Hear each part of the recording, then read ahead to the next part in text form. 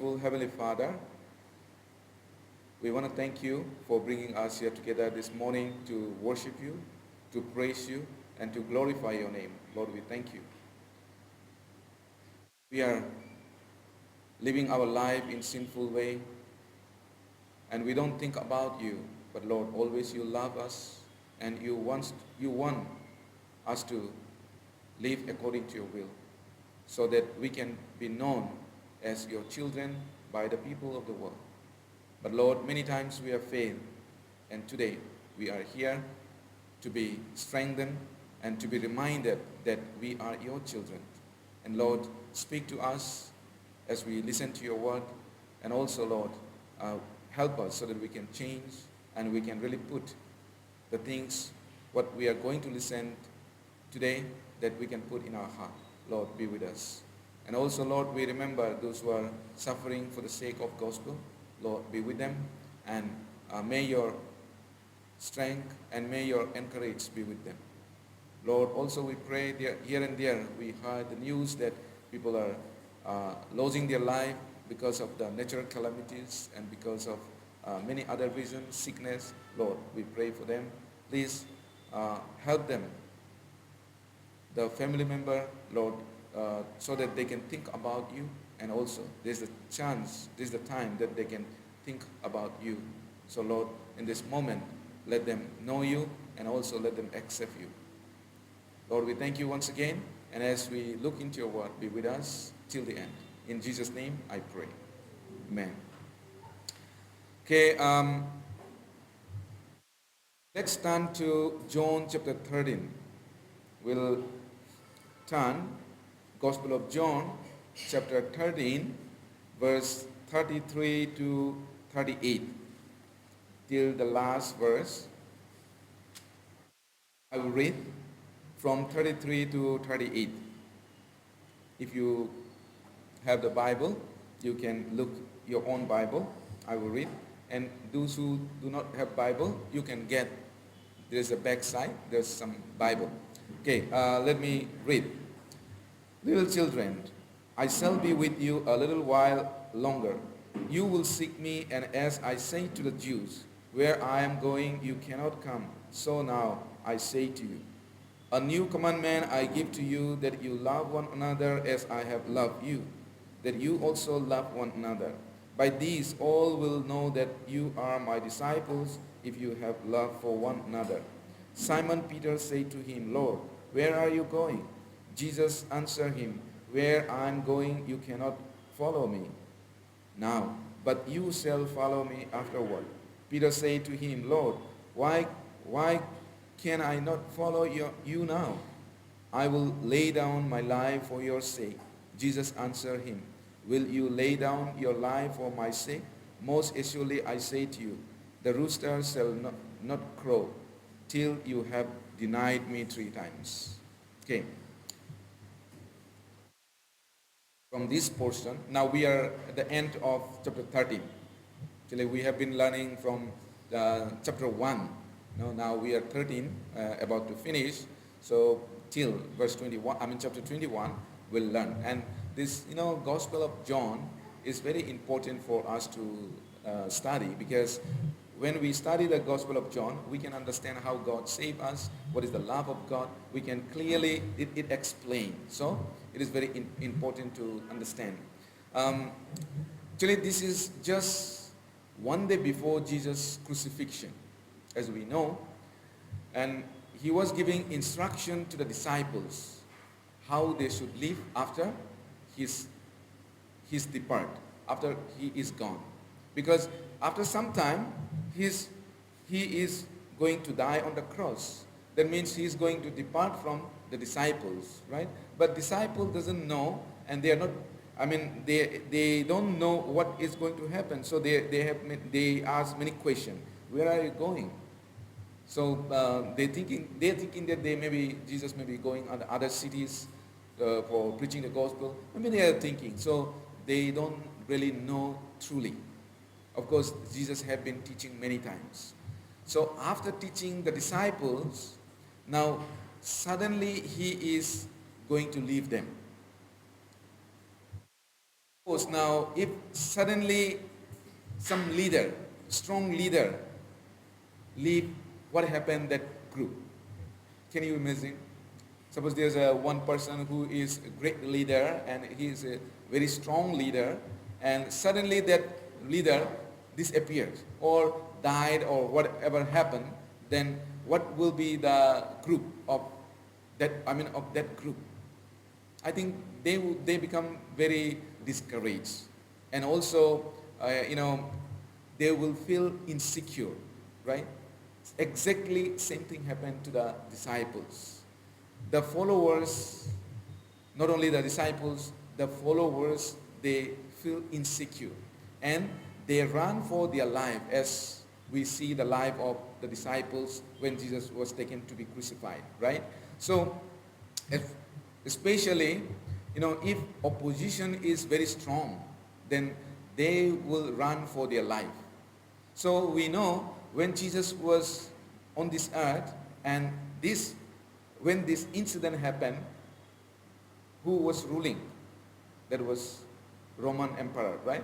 And Roman emperor are very strong, as we know.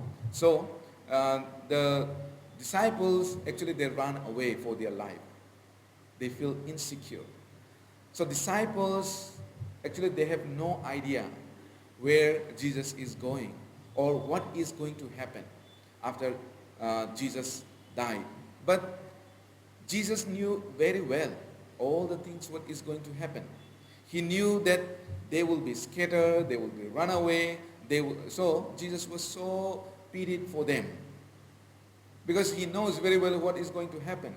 And as we learned before also, Jesus loved them till the end, right? Jesus loved them. Even Jesus loved the disciples till the end. So, after his depart, then they will be scattered without, like a sheep without shepherd. Exactly they are going to happen. Sheep without shepherd. And sheep, sheep, we know very well, sheep cannot defend themselves. And they cannot offend, they cannot defend. This is the sheep character.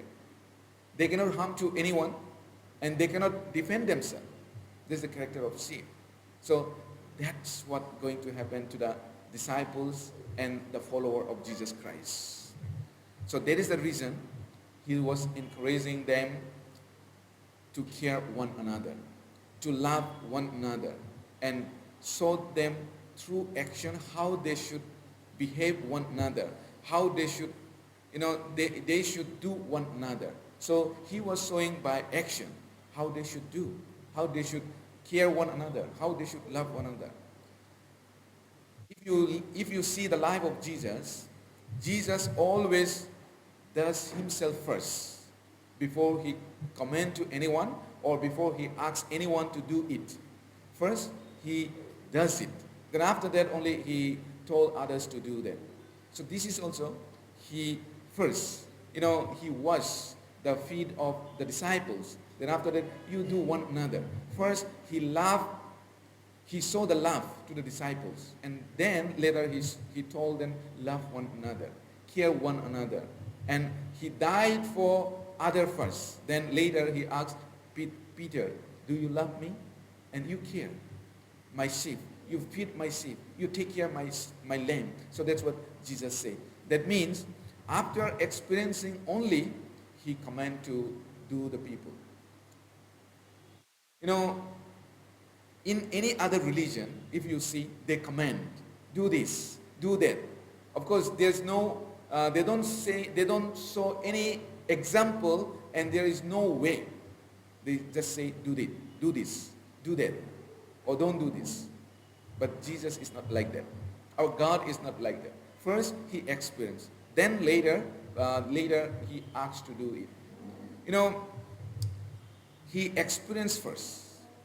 So now, since he experienced, he can also guide other people. And also he know how much we can bear it. Now, many of you are mothers, right? Parents.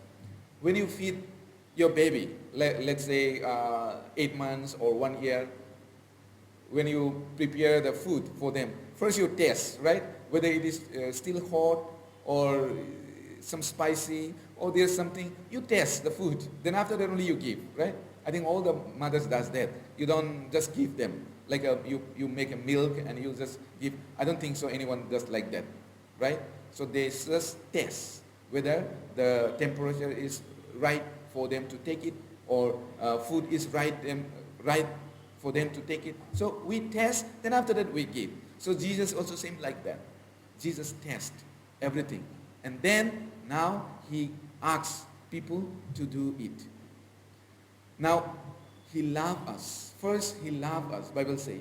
And then he command to love one another.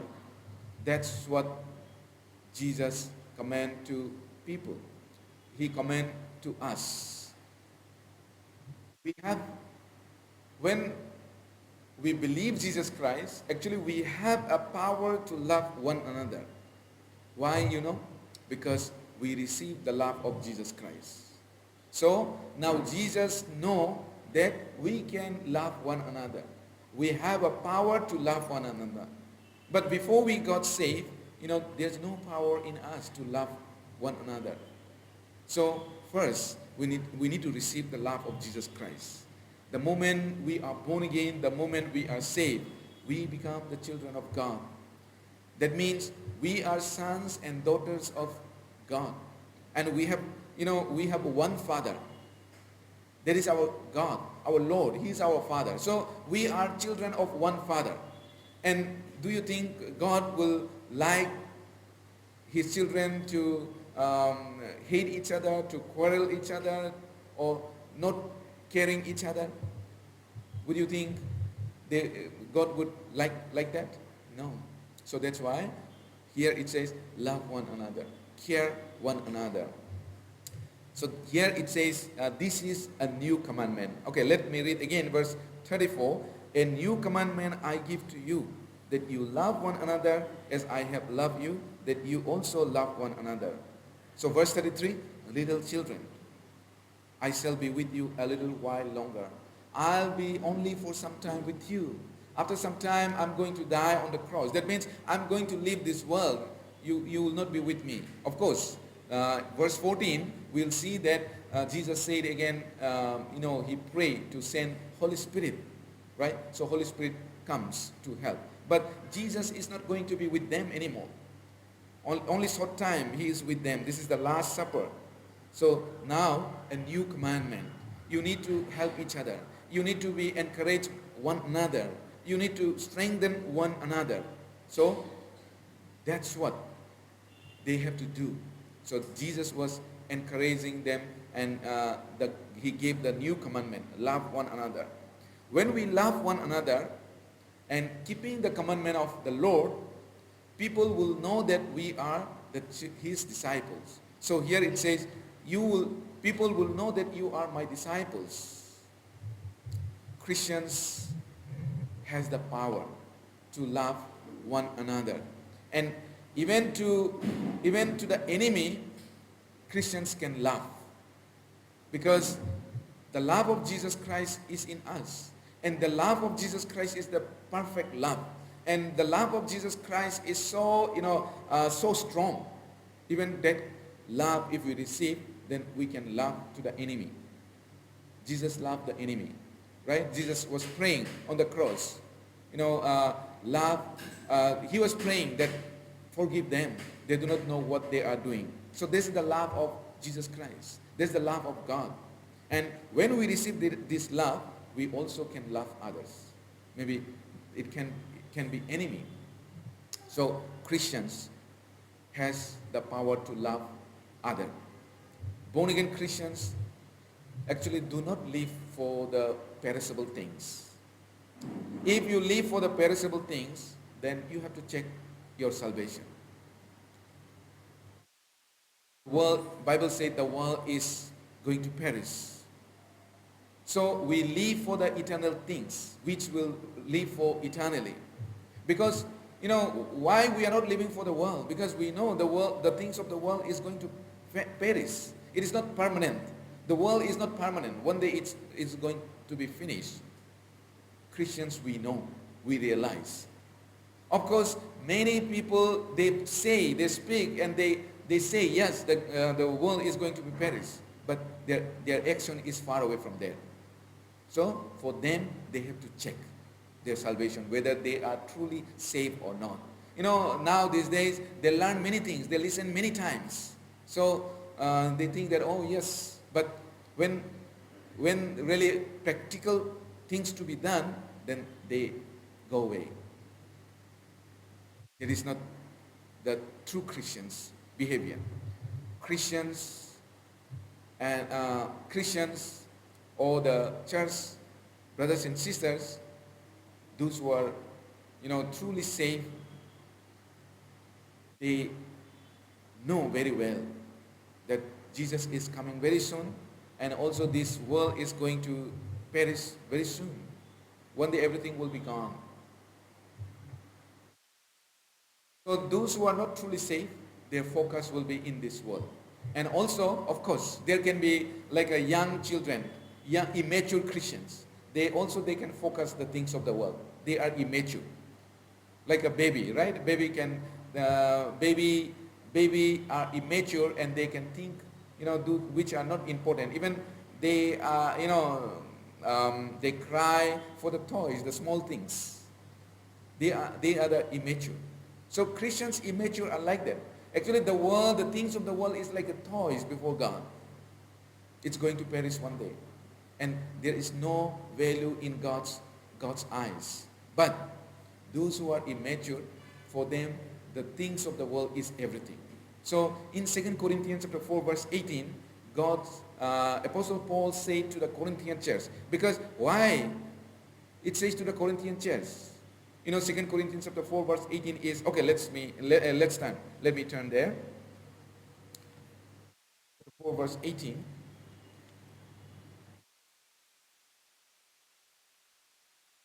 Verse 18. Now some are 4 verse 18. So I'm reading 1 Corinthians. Okay, 2 Corinthians chapter 4 verse 18.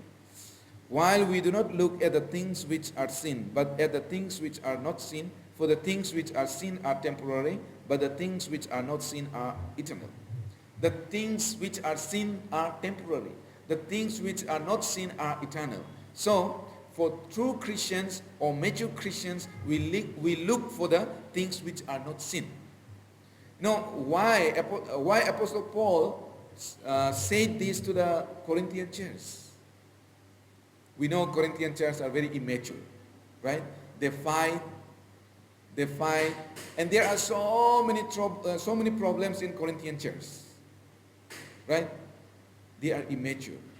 Sometimes, they judge each other. Sometimes they said, "I'm Apollos, I'm Cephas, or I'm Jesus." And sometimes they fight for the leadership. And sometimes there are so many sinful we see in Corinthian church, sexually immoral. So they are very sinful way that their life was. So they are immature. So that's why Apostle Paul wrote this letter, that we are looking towards the unseen things. The things which are seen are temporary. So focus. You have to focus. Of course they are Christians, but they are immature. Jesus came and died on the cross, and he went back from where he came. And now we believe that he will come back to take us where he is. And true Christians, we are waiting for them, for that day. He rose up from the dead. And Jesus also promised that those who are truly saved, those who are believers, they will also be resurrected. He will come to resurrect them, and we will go with him. So we are waiting for his return, and we are also preparing to live in heaven. We are preparing for heavenly place. So now he wants us not things of the world, but the things of heaven, the things on above, not the things on earth. So we see the scripture. Let's go to Colossians chapter 3, verse 1 and 2. Colossians chapter 3, verse 1 and 2.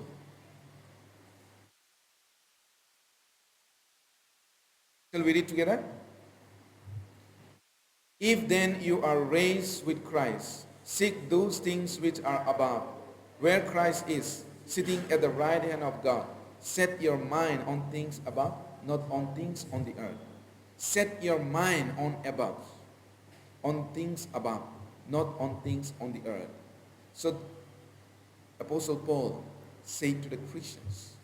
So as a Christians, we need to keep our mind, we need to set our mind on things above. Because the things on earth is going to perish one day. That will not last long. That will not last forever. This is the right attitude for the Christians. How we should live. Of course, those who are not truly saved, they cannot have this kind of attitude. They cannot have this kind of mind. They cannot set their mind on above, the things above. Their mind is always on this world. Right? How can I get more money? How can I make more property? Or how can I do better lives in this world? That's what they're thinking. But for Christians, for Christians, we think, how can I live better Christian's life? How can I do more work for the Lord? That's what we think. So why? Why people argue? Why people fight in this world? Mostly because of the things of the world, right? They fight because of the things of the world. Brother and brother, they fight for the property, for the things of the world always. They have a fight, even they kill each other. That's what we see. They don't want to lose anything from this world. They don't want to lose anything of this world. The things of the world is everything for them. But through Christians, you see that they lose to save the lost soul. Even so many early Christians we see. They lose so many things. They lose the things of the world in order to save the soul, in order to live a Christian's life, in order to preach the gospel. From the disciples onwards, we see till many people, they forsake the things of the world. But for non-believers, they cannot think. We are Christians, we are ready to lose the things to gain the things of the world, to gain the eternal things. That's the Christian's heart. And the more we mature, the more the things of the world becomes less value for us. And we value more the things on above, the more we become mature. The Bible says, even you gain the things in this world, all will be passing away. Our money, our wealth, our health, our power, everything is passing away. Even health. You may be so much healthy now, but after how long? No matter how much you try, I think after 60, it's going to be, deteriorate your health. And 70, it will be difficult. 80, if anyone's strong, then they will live up to 80 or a little bit 80 more. But what do you want, you cannot do. What do you want, you cannot do. Life. And that's how it's going to passing away. Our money, our wealth, everything, our power. But heavenly things, if we focus on the things on above, that will remain forever. What do you do? Whatever you do for the Lord, that will remain forever. Let's turn to 1 John chapter 2. 1 John chapter 2, verse 15 to 17. 15 to 17. Shall we read together? 15 to 17. Let's read. Do not love the world or the things in the world. If anyone loves the world, the love of the Father is not in him. For all that is in the world, the lust of the flesh, the lust of the eyes, and the pride of life is not of the Father, but is of the world. And the world is passing away, and the lust of it. But he who does the will of God abides forever. Do not love the world. So why Christians should not love the world? Because the world is passing away. If you love the world, you will neglect the heavenly things. And if you neglect the heavenly things, what you will get? Nothing you will get. You know, what is that? Lord, he loves so much the things of the world. That's why he, when they departed from Abraham, he chose the Sodom and Gomorrah, which was fertile land. That time, a nice city, good city, prosperous city. So he thought that, okay, I will go there and I will prosper. But what happened after some time? He died. He could not take anything. The Sodom and Gomorrah was destroyed by the brimstone, right? And he could not take anything. He left everything. He just managed to save his life. And wife also lost. So that's what happened. So Lord is like Christians who think about the worldly things. We also, if you focus the things of the world, one day, like Lot, you cannot take anything. So here it says, the world is passing away and the lust of it, but he who does the will of God abides forever. He who does the will of God abides forever. Now, what is the will of God? The will of God is to save the lost soul. Right? What is the will of God? In John chapter 6 verse 40 it says,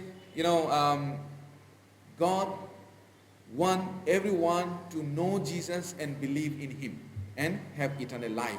That's the will of God. And 1 Timothy chapter 2 verse 4 it says, who desire all men to be saved. God wants to save everyone. So this is the will of God. So as a Christians, in order to do the will of God, we have to preach the gospel. In order to save the lost soul, we have to preach the gospel. That will remain. If you do the will of God, that will remain. How can we save the lost soul? That is possible only when we love them. Because when we love them, we will preach them. If you don't love their soul, I think you will not have a heart to preach the gospel. And in order to preach the gospel, we should be united. And when we are united, the Holy Spirit will work mightily in us. And that's how we can save the lost soul. That's how we can preach the gospel and we can bring the lost soul to Christ. And we are doing the will of God in that way. Now here it says, again, let's go back in John chapter 13 verse 34, and I give you a new commandment, love one another. Right? Here it says, love one another. Why we should love one another? Firstly, we are washed by the precious blood of Jesus Christ. Secondly, we are children of God. That's why we should love one another. Children of God should love one another. Suppose you have children, let's say 4 or 5, but if always they fight, if they don't love, they don't care, how parents would feel? Is it very good or they feel sad? They feel bad, right? If children doesn't care one another, doesn't love one another. So exactly same, we are children of God. So he wants us to love one another. We are the parts of Jesus' body. Church is the body of Jesus Christ, and we are individually members of the church, members of the body. So in the body, we should care all our parts, right? Suppose if something happened, your parts, would you like just to just cut and throw away? No, right? We try to fix it. Many times, it may be, no matter which part we try to fix it, right? Sometime maybe not a, how to say, it's not maybe proper place, but if you get some sickness, you spend a lot of money to fix that part. So we are the parts of Jesus' body, and that's why we need to care one another.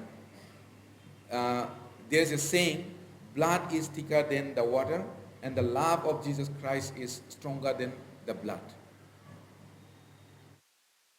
This world, actually for me is, I feel more and more like this. You know, sometimes when I think about my siblings or my close relatives, blood relatives, right? Sometimes when I think that I cannot love them that much, and also I cannot receive that love from them, like as I receive from the church member, from the true Christians. So that's why, you know, the blood is thicker than the water, and the love of Jesus Christ is stronger than the blood. Because we are going to live in heaven with these brothers and sisters. That's why we call brothers and sisters. It is not just simply we call it brothers and sisters. And those who are not saved, we don't call them brothers and sisters actually. Only those who are saved, we call brothers and sisters. Of course, you cannot in front of them, we cannot just say, we say brothers and sisters, but they are not really brothers and sisters if they are not truly saved. Right? Only those who are saved. So sometimes, actually wife and husband also, when we introduce ourselves, my sister, because they will be brothers and sisters in heaven. Of course, in this world we are wife and husband, we are children, but those who are saved, all are children of God. So our relation in heaven is only brothers and sisters. There's no others.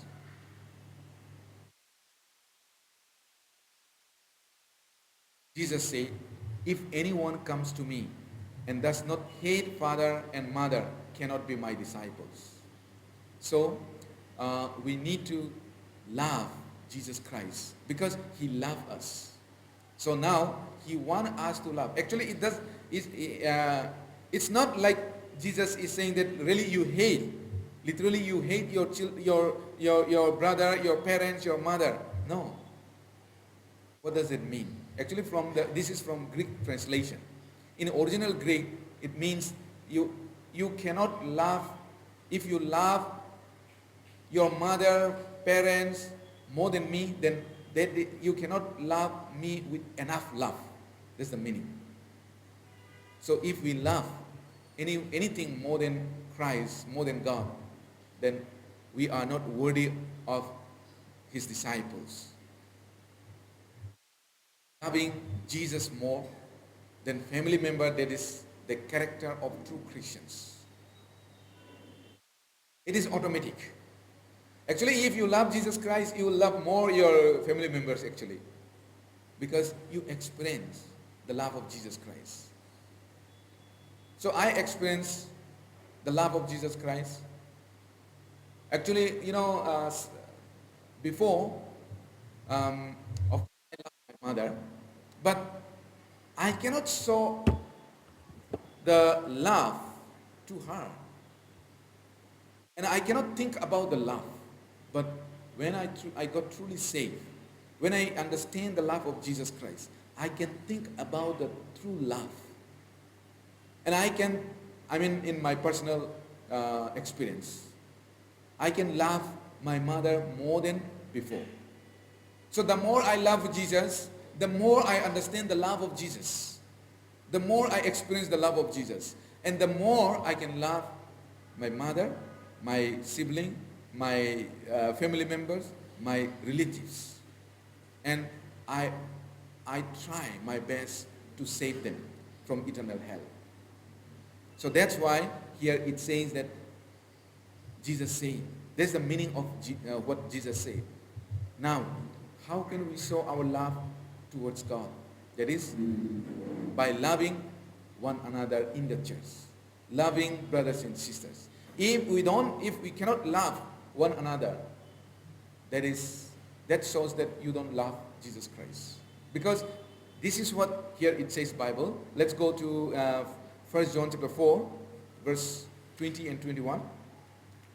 1 John chapter 4, verse 20 and 21. Shall we read together? 1 John chapter 4, verse 20 and 21. If someone says, I love God, and hate his brother, he is a liar. For he who does not love his brother whom he has seen, how can he love God whom he has not seen? And these commandments we have from him, that he who loves God must love his brother also. So if anyone said, I love God, but if they cannot love brothers and sisters, that is liar. It's very clear. And we must love one another because we are children of God. Because without loving your brothers and sisters in the church, you cannot love God. There's no way.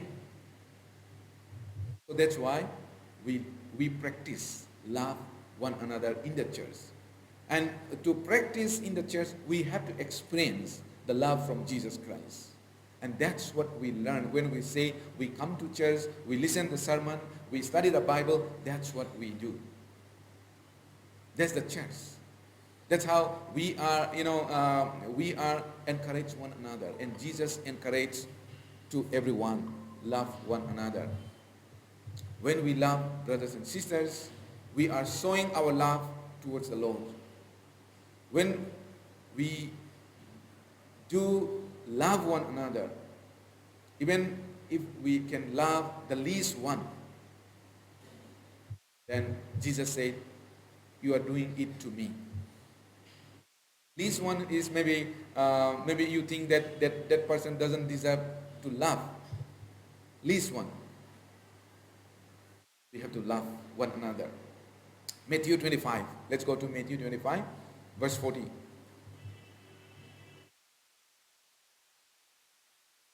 Let me read. And the king will answer and say to them, surely I say to you, inasmuch as you did it to one of the least of these, my brethren, you did it to me. So whatever we do to the brothers and sisters, we are doing to the Lord. So if you hate brothers, sisters, you are hating Jesus Christ.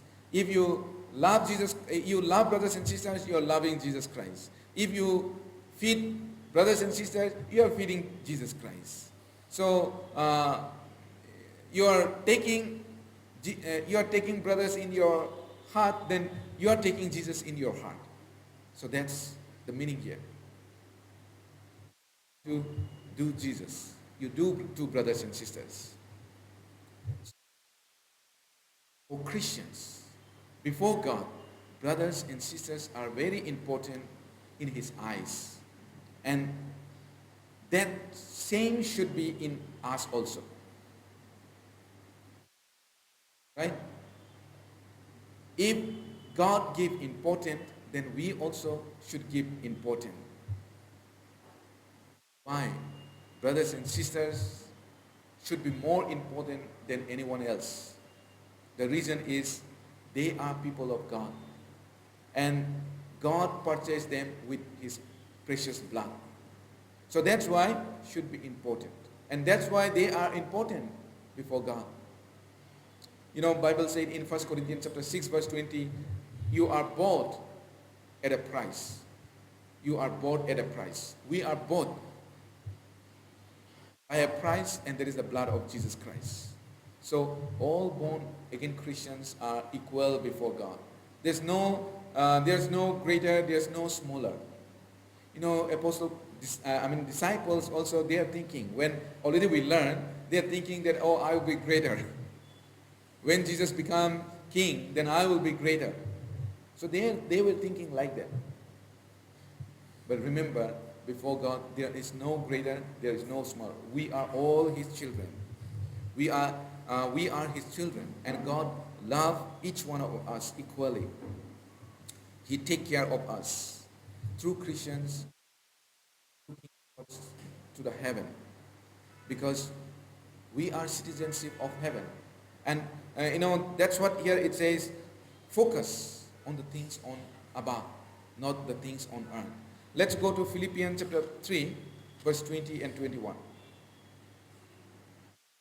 Philippians chapter 3, verse 20 and 21.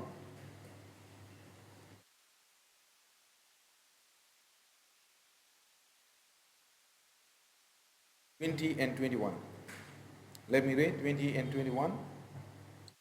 For our citizenship is in heaven, from which we also eagerly wait for the Savior, the Lord Jesus Christ, who will transform our lowly body, that it may be conformed to his glorious body, according to the working by which he is able even to subdue all things to himself. Okay. Now here we see that our citizenship is in heaven. We are citizenship of heaven. So we have to think for our country, right? We are citizenship of heaven. So we are only for short time here. We are living there in permanent place. Our permanent place is there. So if the person who think only for temporary place, then that person is not wise. We should think for the permanent place. The material, money, health, power, everything will be gone one day. But the things which God has prepared, that will remain forever. Let me go back again, John chapter 13. Verse 37 and 38. Let me read again. Peter said to him, Lord, why can I not follow you now? I will lay down my life for your sake. Jesus answered him, will you lay down your life for my sake? Most assuredly I say to you, the rooster shall not crow till you have denied me 3 times. So Apostle Peter was asking curiously, why I cannot follow now? Why I cannot follow you now? Because they should experience the love of Jesus Christ. And they can experience the love of Jesus Christ when Jesus, he saw by his action, by dying on the cross. Before that, God doesn't allow Peter. Peter has a bold mind. He said, I lay down my life for you, for your sake. I will follow you. But now, Jesus said, you cannot go. So, Jesus didn't permit Peter to give his life for Jesus, because he didn't experience the love of Jesus Christ. He didn't really show the love towards him. Of course, he loved, but they don't experience. They cannot, they cannot see. But when he died on the cross, in order to save them, they could really feel it. They could really understand, yes, he died for me. The one who died next to Jesus, Robert, in the beginning, both of them are scolding, rebuking Jesus. If you are truly Son of God, then come out from the cross. You save your life and save us also. But after some time, one person repented and he said, Lord, when your kingdom come, remember me. So Jesus said, tonight, you will be with me in paradise. Today, you will be with me in paradise. That's what Jesus said to him. So, this man also realized, because he's dying for our sin. We are hanged here for our sin. We did so many sin, but he did not do any sin, but he was hanged. That means he is hanged for my sin also. That person realized. When he died on the cross, he saw how much he loved the people, how much he loved. So Peter could not follow. But later we see Peter understood the love of Jesus Christ and he experienced. Then Jesus allowed him to die, right? Jesus allowed him to die for him, for the gospel. He died on the cross, upside down, like this. So here, Jesus said, you will deny me 3 times before rooster crows.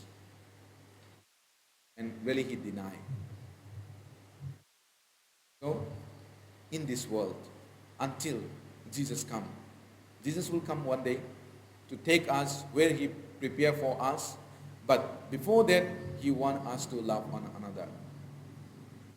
And when we can love one another, when we practice love one another, when we care for one another, then that's how we can extend the kingdom of God. That's how we can make happy our Lord. So this is what he encouraged to the disciples too. I give you a new commandment. Love one another. Care one another. Care for one another. So same thing is given to us. A new commandment. That is to love one another. And first, of course, we should love Jesus Christ. We should love God. Then we love one another. Okay, thank you this much. I will share today. Let's pray.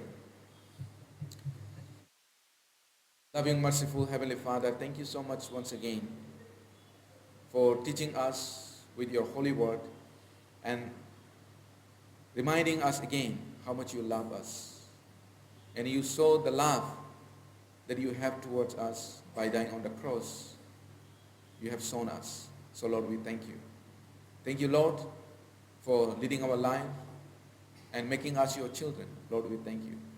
And as we live in this world, many times we forget, and many times we don't put effort to love you back. And many times we are not serious with your love. So Lord, help us so that we can be serious and we can really show our love towards you by caring and loving one another as you commanded us. Thank you so much once again, and continue to lead us, guide us, so that we can lead some soul unto you. We thank you. In Jesus' name I pray. Amen.